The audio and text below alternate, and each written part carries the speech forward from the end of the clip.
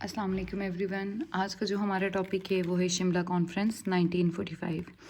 हमने प्रीवियसली भी डिस्कस किया था, लेकिन हमने वो डिस्कस किया था शिमला डेलीगेशन, जिसे आप कहती हैं शिमला वफ़द। आज का जो टॉपिक है वो है शिमला कॉन्फ्रेंस। सबसे पहले हमने ये देखना है कि शिमला कॉन्फ्रेंस होती कब है। इसकी डेट 1945। शिमला कॉन्फ्रेंस कहाँ, इसकी प्लेस क्या है, शिमला। और इसको जो शिमला कॉन्फ्रेंस को प्रेजेंट करते हैं वो कौन होते हैं, लॉर्ड वेवल। थोड़ा सा इसके बैकग्राउंड को जानने की कोशिश करते हैं। आपको याद है हमने डिस्कस किया था क्रिप्स मिशन। क्रिप्स मिशन हमने कहा था कि 3 मेंबर्स पर मुश्तमिल एक मिशन हिंदुस्तान आया था, जिसका बेसिकली मकसद क्या था, कॉन्स्टिट्यूशनल क्राइसिस को सॉर्ट आउट करना। कॉन्स्टिट्यूशनल क्राइसिस को सॉर्ट आउट करना या हल करना। सेम क्राइटेरिया शिमला कॉन्फ्रेंस का बेसिकली मैंडेट ये होता है कि हमारे पास लॉर्ड वेवल हिंदुस्तान आते हैं। लॉर्ड वेवल यूनाइटेड इंडिया, या हम कह सकते हैं कि इंडियन सब कॉन्टिनेंट आते हैं। लॉर्ड वेवल का बेसिकली मैंडेट क्या होता है, in order to solve the constitutional crisis. Cripps mission हमारे पास फेल हो गई थी। क्रिप्स मिशन 1942, जिसका मैंडेट हमारे पास क्या था, कॉन्स्टिट्यूशनल क्राइसिस। एनी हाउ ये सेपरेट टॉपिक है, हमने डिस्कस किया था। ओके, लॉर्ड वेवल हिंदुस्तान आते हैं और वहाँ के जितने भी कॉन्स्टिट्यूशनल क्राइसिस है, या जिसे आप कहती हैं सियासी बहरान को हल करने के लिए लॉर्ड वेवल हिंदुस्तान आते हैं। अच्छा, लॉर्ड वेवल जब हिंदुस्तान आते हैं तो ये कहते हैं कि हमने बनानी है reformation of executive council. Executive council, या जिसे आप कहती हैं इंतज़ामी कौंसिल। अच्छा, लॉर्ड वेवल का ये मानना होता है कि हमने हिंदुस्तान से कॉन्स्टिट्यूशनल क्राइसिस को सॉर्ट आउट करने के लिए हम एक एग्जीक्यूटिव कौंसिल बनाते हैं। अच्छा, इस एग्जीक्यूटिव कौंसिल में इक्वल रिप्रेजेंटेशन दी जाएगी किसको, कांग्रेस को और मुस्लिम लीग को, यानी कि जितनी भी पार्टीज़ हैं उनको इक्वल रिप्रेजेंटेशन दी जाएगी। लॉर्ड वेवल ये प्लान डिस्कस करने के लिए जितने भी पॉलिटिकल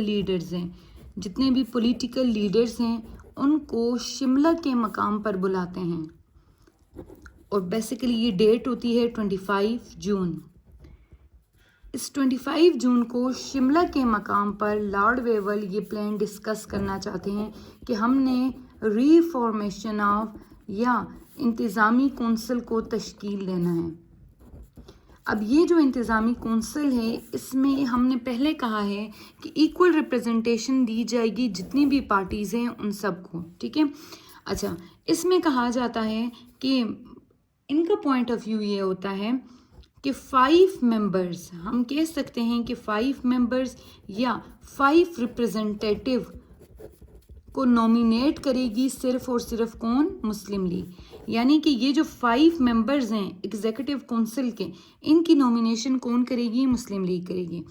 लेकिन यहाँ पे हमारे पास शिमला में जब हमारे पास ये पॉलिटिकल लीडर्स होते हैं तो इनमें एक कॉन्फ्लिक्ट अराइज हो जाता है कांग्रेस और मुस्लिम लीग के दरमियान, हम कह सकते हैं, या पॉलिटिकल लीडर्स जो होते हैं, रिगार्डिंग द सीट्स या नॉमिनेशंस ऑफ रिप्रेजेंटेटिव। अच्छा, अब हमारे पास मुस्लिम लीग का पॉइंट ऑफ व्यू ये होता है कि ये जो 5 रिप्रेजेंटेटिव हैं इनको नॉमिनेट करेगी मुस्लिम लीग खुद। जैसे कि आपसे लॉर्ड वेवल ने कहा था कि रिप्रेजेंटेशन की ये जो लोग होंगे या नुमाइंदे हैं, इनकी रिप्रेजेंटेशन या इनकी नॉमिनेशन मुस्लिम लीग से की जाएगी। उस टाइम पे हमारे पास अबुल कलाम जो कांग्रेस के लीडर होते हैं, और बहुत सारे और कांग्रेस के लीडर, ठीक है। इसके अलावा हम अगर बात करें खिजर हयात यूनिस्ट पार्टी के होते हैं और ये पंजाब से होते हैं।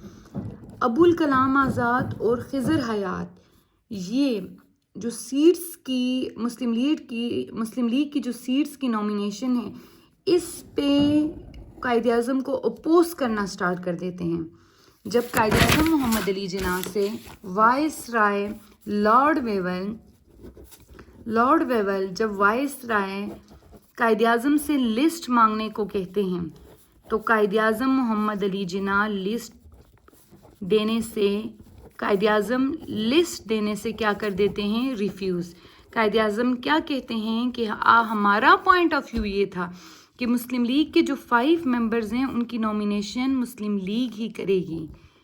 लेकिन ये जो कॉन्फ्लिक्ट अराइज हुआ है, अबुल कलाम आज़ाद जो कांग्रेस के लीडर हैं, इसके अलावा खिज़र हयात यूनिस्ट पार्टी से आ जाते हैं, इन्होंने इस चीज़ को अपोज कर दिया।